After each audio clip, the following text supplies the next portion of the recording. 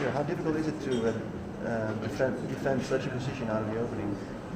It's not very nice, but on the other hand, you are making openings in many positions. You just the choice is very limited because everything loses apart from one which might lose or might not. But yeah, no, a really weird thing happened today because I actually managed last night. I spoke to Maxim, my second, and we discussed the fact this particular setup is extremely likely, and I still managed not to prepare for it properly.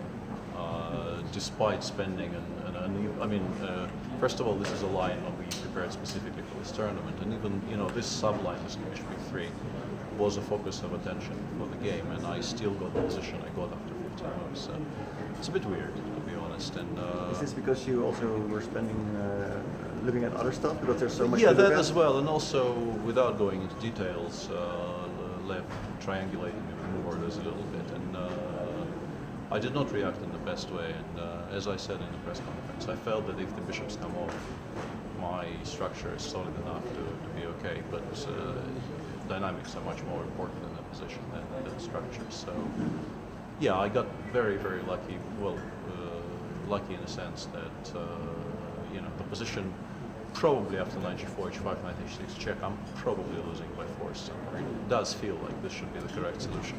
But it's a very committal solution, and if it doesn't come out right for white, it's a bit of an all-in, because the knight might get stuck. And Lev at this point spent like half an hour on the move and started trading pieces, which made my life hugely better. And, but still, I was nowhere near winning the game until the horrible time trouble he got himself into. And do you think in that time trouble maybe he played on for a win too long, perhaps? Yeah, maybe he made one additional move for a win where he should have really started just taking practical decisions. He had an option of taking on g6 at one point, which would force an immediate perpetual. So, yeah, but you can understand his decision as well, because he's been much, much better for the entire game. And of course, he can still win the tournament, perhaps. yeah, and the tournament situation dictates that he needs to value every single white game very, very heavily. So of course he continued playing, and most people would at his spot. But after queen c2 rook b8 already, it's black who is playing for a win. Maybe it's still a draw, probably is still a draw, but it's no longer much fun for white. And as I've been saying for the past week and a half or so.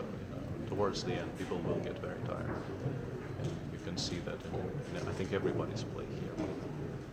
Thanks a lot. Sure. Peter, how did it feel to be on the other side of having a? It's a bit late. I left it somewhat late.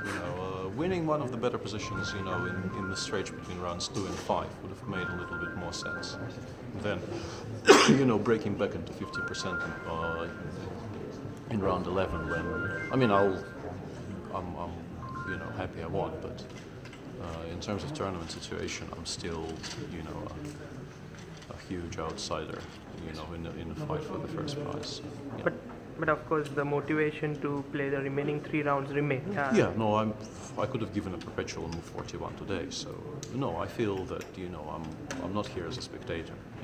I should try and do something. And, but yeah, in terms of fighting, for the only place which actually makes any sense here.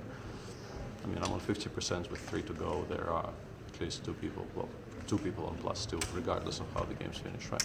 So, not a favorite to win it, but I gave myself a chance if I win a couple more. Thank you so much. Sure.